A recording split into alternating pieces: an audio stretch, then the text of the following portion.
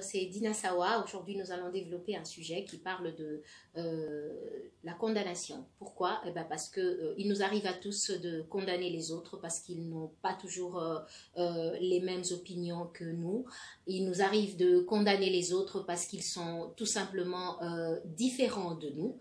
Il nous arrive de condamner les autres parce que quelque chose de mal leur est arrivé et nous avons toujours tendance à penser que lorsque malheur arrive, ça veut dire que la personne a peut-être péché ou la personne a commis une bavure ou la personne est même à la tête ou encore la personne est la cause de ce malheur qui lui est arrivé. Nous cherchons toujours à vouloir comprendre, à vouloir savoir, à vouloir chercher les causes. Je ne sais pas pourquoi, parce que de toute façon, nous n'apportons toujours pas la solution et pourtant nous sommes là à vouloir comprendre, à vouloir chercher d'où vient le problème, qui en est la cause, qui est à la base de cela et cela nous mène à rien, tout simplement à rien. Et nous arrivons à un point où des fois on se croit supérieur aux autres parce qu'ils sont tout simplement différents et ça c'est la chose je trouve la plus idiote qui puisse exister parce que nous n'avons vraiment pas le droit de penser que nous sommes meilleurs que les autres. Pourquoi? Parce que chacun a ses qualités, chacun a ses défauts. C'est pas parce que les gens ne font pas les choses comme nous le voulons que nous devons nous permettre de penser que ces personnes sont au bas de l'échelle, quoi. Nous n'avons pas le droit de penser cela. Aujourd'hui, nous voyons beaucoup de gens qui sont victimisés par rapport à leur état, parce qu'ils sont différents tout simplement ou parce qu'ils n'adhèrent pas à l'opinion publique. On pense que ces personnes ne méritent pas notre approbation et du coup on les met en bas de l'échelle et nous pensons que nous avons le droit de les juger. Je vais donner un exemple très bref, une histoire que je connais très très bien, que j'ai pu voir de mes yeux, j'ai été témoin de cela, l'histoire d'une femme qui a été divorcée de son mari. Alors cette femme a subi une humiliation énorme parce que le gars est parti de lui-même, il est parti, la femme elle a tout fait pour le retenir et ben lui il voulait pas parce que le gars il a trouvé une autre jeune femme. Là je ne vous parle pas d'un vieux qui en a marre de sa vieille femme et qui décide de trouver une plus jeune. Je vous parle d'un jeune homme qui a décidé de quitter sa jeune femme pour épouser une autre jeune femme. C'est un jeune homme qui décide de s'unir avec une autre jeune femme en abandonnant sa jeune femme à lui et ses enfants. Donc voilà l'histoire. Et du coup, la jeune femme se retrouve seule avec ses enfants. Elle n'a pas d'endroit où aller, elle n'a pas de maison, elle se retrouve dehors parce que le gars l'a mise à la porte. Et voilà. Et du coup, elle est humiliée. Humiliée d'abord, premièrement, par son mari, humiliée par la famille, humiliée par... elle se sent humiliée partout où elle passe. Les amis qui les côtoyaient quand elle était mariée, elle était ensemble avec son mari, les amis qui les regardent de loin. Elle se retrouve sans rien, elle n'a pas de travail, elle a juste ses enfants. Et voilà. Et lorsque les gens regardent une telle situation, mais les gens, ils comprennent pas.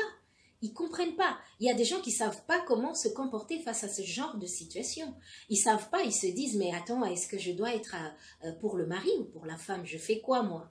Et vous savez, des fois, nous sommes très très lâches, on n'arrive pas à donner notre position et on décide tout simplement de fuir. Il y a de ces personnes qui décident d'être à côté du mari parce que c'est lui qui a l'air un peu plus fort, c'est lui qui peut encore tenir tête parce que c'est lui qui est parti, il peut raconter ce qu'il veut et puis voilà, on décide de le croire parce que il peut avoir tous les atouts avec lui, du reste s'il y a un divorce, il peut même corrompre les avocats et tout ça, donc la femme en soi elle se retrouve toute seule. Et puis, il y a la famille du mari. La famille du mari décide de s'allier à leur frère, leur fils, leur cousin, je ne sais pas quoi, pour être contre sa femme qui est la mère de leurs enfants. C'est incroyablement horrible. C'est horrible. Et voilà, la fille, elle se retrouve humiliée, elle se retrouve condamnée, voire même ses propres oncles ou ses propres tantes ou ses proches pensent elle devient la rusée de tous, elle n'est plus respectée. Elle n'est plus respectée et elle doit subir tout cela. Et on pense que c'est elle la cause de la séparation, c'est elle qui est à la base de son divorce. Voilà encore une chose qui est très horrible. J'ai vu cette femme meurtrie avec ses enfants, ses petits-enfants meurtris parce elle avait été humiliée par son mari qui ne voulait plus d'elle. J'ai vu comment est-ce que son mari et sa belle famille l'ont jetée dehors, l'ont mise à la porte. Je n'avais jamais vu une telle humiliation. J'en étais vraiment choquée.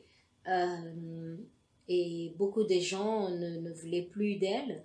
Elle avait perdu tous leurs amis parce que voilà, il fallait bien que ces personnes choisissent entre elle et son mari. Bien sûr, son mari paraissait plus fort financièrement, matériellement. Alors, vous comprenez, vous savez la société, comment elle est, comment il y a une injustice dans la société. Et ben, il y en a qui ont carrément choisi de rester amis avec son mari. Et elle s'est retrouvée vraiment seule, humiliée. Et voilà, ça a été très dur pour elle. Manque de respect, personne ne la considérait plus. Voilà, elle s'est retrouvée vraiment en dehors de son foyer avec ses enfants. Vous savez que c'est pas facile ici en Afrique. La société ne facilite pas les choses. Il n'y a pas d'assistance sociale. Il n'y a pas... vraiment, c'est compliqué. Alors voilà, elle s'est retrouvée comme ça et ça a été très très dur. C'est pour ça qu'on devrait vraiment faire très très attention avec ce genre de choses qui semblent vraiment très sensibles. Arrêtons de vouloir toujours prendre la part de l'un et de laisser l'autre au dépourvu. De faire passer la femme divorcée comme une femme sans scrupules, comme une femme qui est à la base, qui est à la tête de la destruction de son foyer. Jésus ne condamne personne, alors nous n'avons pas à condamner qui que ce soit. Tout ce que nous devrions faire, c'est d'arrêter de prendre parti pris pour qui que ce soit et de soutenir les personnes dans leur faiblesse, dans les malheurs qu'ils traversent. Voilà, pleurons avec ceux qui pleurent et réjouissons-nous avec ceux qui se réjouissent. Voilà, nous n'avons pas à fuir ceux qui pleurent parce qu'ils traversent un moment dur. Essayons toujours de rester avec les autres. Lorsqu'ils traversent des moments difficiles, c'est pas toujours financièrement que nous pourrions les aider. Nous pourrions les aider avec, par notre présence, un sourire, avec notre présence, un petit conseil. Ça aide beaucoup. Ne pensez pas que la personne faible aura toujours besoin de votre argent. Ne pensez pas que la personne faible aura toujours besoin de vos moyens financiers. Non, les personnes ont plus besoin d'une amitié dans des moments difficiles et nous devons apprendre à être ces amis-là. Nous devons apprendre à accepter ces personnes-là qui traversent des moments durs. Nous devons les accepter. Nous devons toujours être avec eux. La divorcée n'est pas pire que la veuve, comme la veuve n'est pas du tout mieux que la divorcée, comme les orphelins ne sont pas mieux que les enfants de la rue, comme les enfants de la rue ne sont pas mieux que les orphelins. Voilà, nous devons accepter chaque personne dans sa difficulté et chercher comment l'aider à traverser les moments durs, à être là, à pouvoir parler et partager. C'est pas souvent facile d'être la personne qui doit écouter, qui doit prendre la décision de savoir quoi faire dans les moments difficiles, mais il faut vraiment avoir du bon sens et beaucoup de sagesse pour traiter ce genre de situation. La femme adultère, je pense, dans l'histoire de la Bible, était tout simplement condamnée de tous. Condamnée de tous parce qu'elle avait péché, condamnée de tous parce qu'il y avait eu des preuves contre elle qu'elle avait commis un adultère. Alors, lorsque les gens lui ont amené vers Jésus, je suivis un pasteur Joseph Poins, qui a dit toutes ces personnes qui ont amené cette femme vers Jésus voulaient que Jésus puisse bien sûr condamner la femme devant elle. Voilà, ces personnes voulaient que Jésus pointe du doigt à la femme en disant voilà, on t'a attrapé dans l'adultère. Ces personnes voulaient que voilà,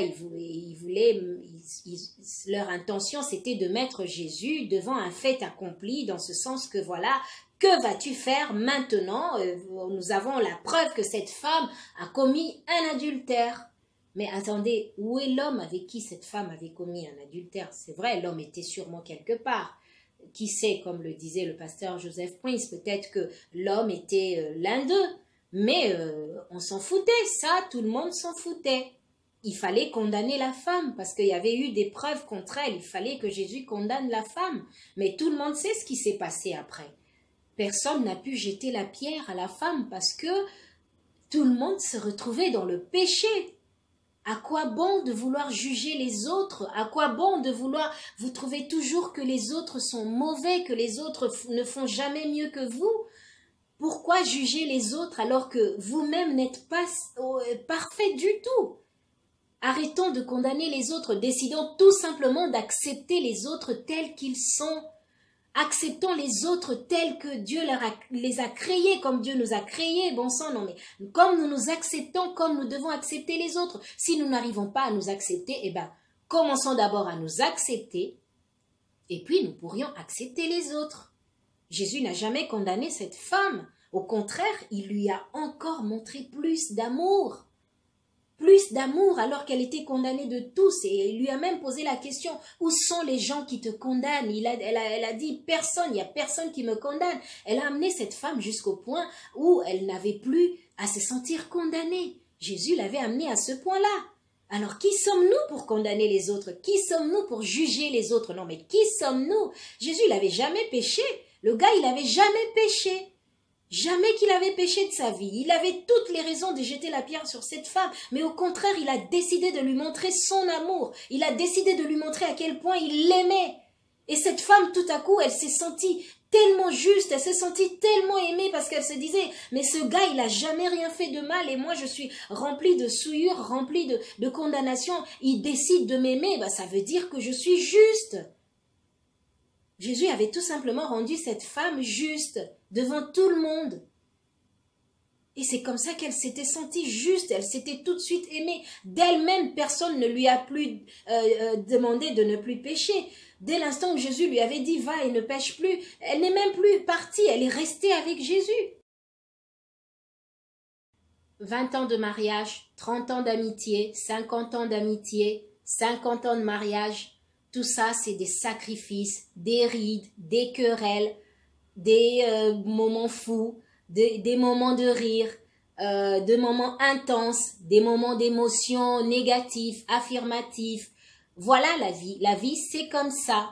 Nous ne pouvons pas faire autrement.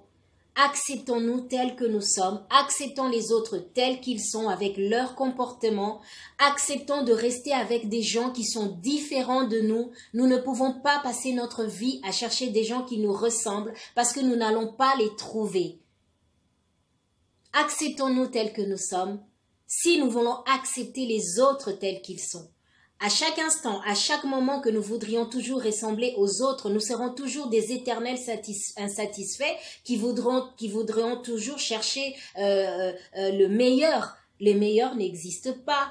Le meilleur, c'est d'accepter les gens tels qu'ils sont pour pouvoir travailler avec eux, avec leurs défauts, avec leurs qualités, pour pouvoir avancer ensemble. Dès l'instant où nous décidons d'avancer avec les gens qui sont différents, dès l'instant où nous décidons de travailler avec les gens qui sont différents, décidons-les pour les accepter.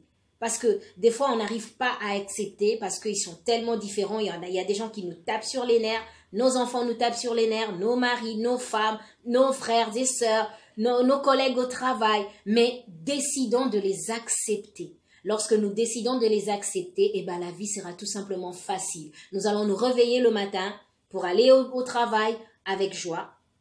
Nous allons nous réveiller le matin, servir notre mari, servir notre femme, servir nos enfants avec joie parce que nous avons décidé de les accepter avec leur comportement, avec leurs émotions, avec leurs qualités. Nous avons tout simplement décidé d'accepter cela. Dès l'instant où on accepte, on arrive à mieux vivre. Dès l'instant où on accepte les défauts de l'autre, on en rigole, on arrive à mieux vivre. C'est comme ça la vie. Vous voulez vivre heureux, alors acceptez les gens tels qu'ils sont. N'imposez pas votre comportement aux gens, n'imposez pas votre caractère aux gens. Vous allez vous faire du mal à vous-même et pour vous, tout le monde sera mauvais. Vous voulez que les gens soient bons avec vous? Commencez vous par être bon avec tout le monde.